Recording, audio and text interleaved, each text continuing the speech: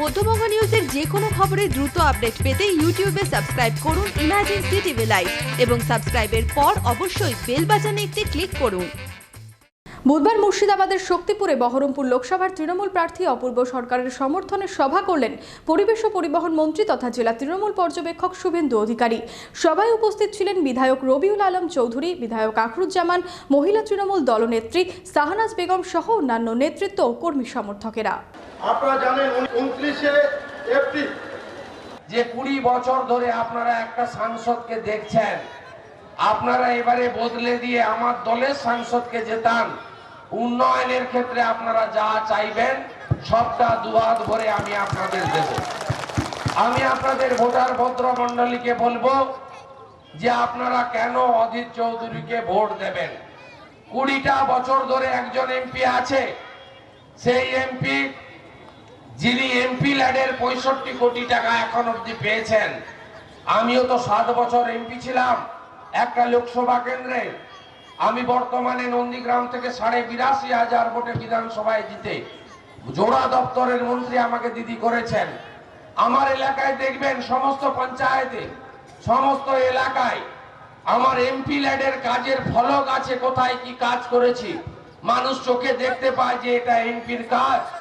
আজকে 20 বছর ধরে অধীর চৌধুরী আপনাদের জন্য কি কাজটা করেছে আমাকে বলুন, কি পরিবর্তনটা হয়েছে। এখনো তো সেই নৌকা করে আপনাদেরকে জল ডিঙিয়ে একটা দ্বীপের মতো এই 5টা অঞ্চল সোমপাড়া, শক্তিপুর এই এলাকার মানুষকে কেন থাকতে হবে বদ্বীপের মতো? অধীর চৌধুরী কি কাজটা করেছে। আর দেখুন আপনারা গিয়ে শান্তিপুরের বিধায়ক অরিন্দম ভট্টাচার্য 16 সালে কংগ্রেস থেকে জিতেছিলেন, তিনি গিয়ে দিদির কাছে 18 সালে জয়েন করলেন, দিদির সঙ্গে দেখা করলেন, বললেন আমি তোমার দিদি তোমার দলে যোগ দিতে চাই। দিদি বললো স্বাগত, তোকে কি দিতে হবে বল, কোন পোস্ট তোর লাগবে? বললো দিদি আমার কিছু লাগবে না। আজকে দেখে আসুন নিসিংহপুর কালনা ব্রিজ তৈরি শুরু হয়ে গেছে। আজকে এই এলাকার মানুষকে অধীর চৌধুরী কি দিয়েছে উত্তর দিতে হবে। 20টা বছর ধরে ভোটের পর ভোট আসে আর যায়। আজকে সকালবেলা নওদার এক পঞ্চায়েত সমিতির মেম্বারকে আমি ফোন করছিলাম, বললাম ভাই তোমাকে পলাশ বলে একটি ছেলে যোগাযোগ করছে অধীর বাবুর করার জন্য, তুমি কেন অধীর বাবুর জন্য করবে? তোমাকে তো পঞ্চায়েত সমিতির মেম্বার বিডিও অফিসে আসতে হবে, তোমাকে থানা পুলিশ উন্নয়নে থাকতে হবে। এই 29 তারিখ ভোট চলে যাওয়ার পরে অধীর চৌধুরী কোথায় থাকবেন? অধীর চৌধুরী তিনি তার অবৈধকে নিয়ে দিল্লি চলে যাবেন সরাসরি। তাকে 30 তারিখ থেকে কেউ খুঁজে পাবেন না। গত 5 বছর তাকে আপনারা পাননি। আমি তাকে বললাম ভাই আমরা তো কিন্তু থাকবো, পশ্চিমবঙ্গে মামাটি মানুষ সরকার থাকবে, আমাদের পঞ্চায়েত থাকবে, বিডিও অফিস থাকবে।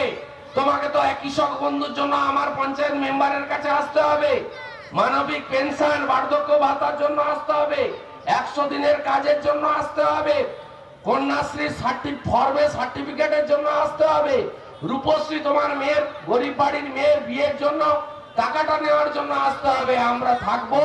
অধীর চৌধুরী ছিল না, অধীর চৌধুরী থাকবে না, তাই তাকে ভোটটা দেবে না, ভোটটা নষ্ট হবে।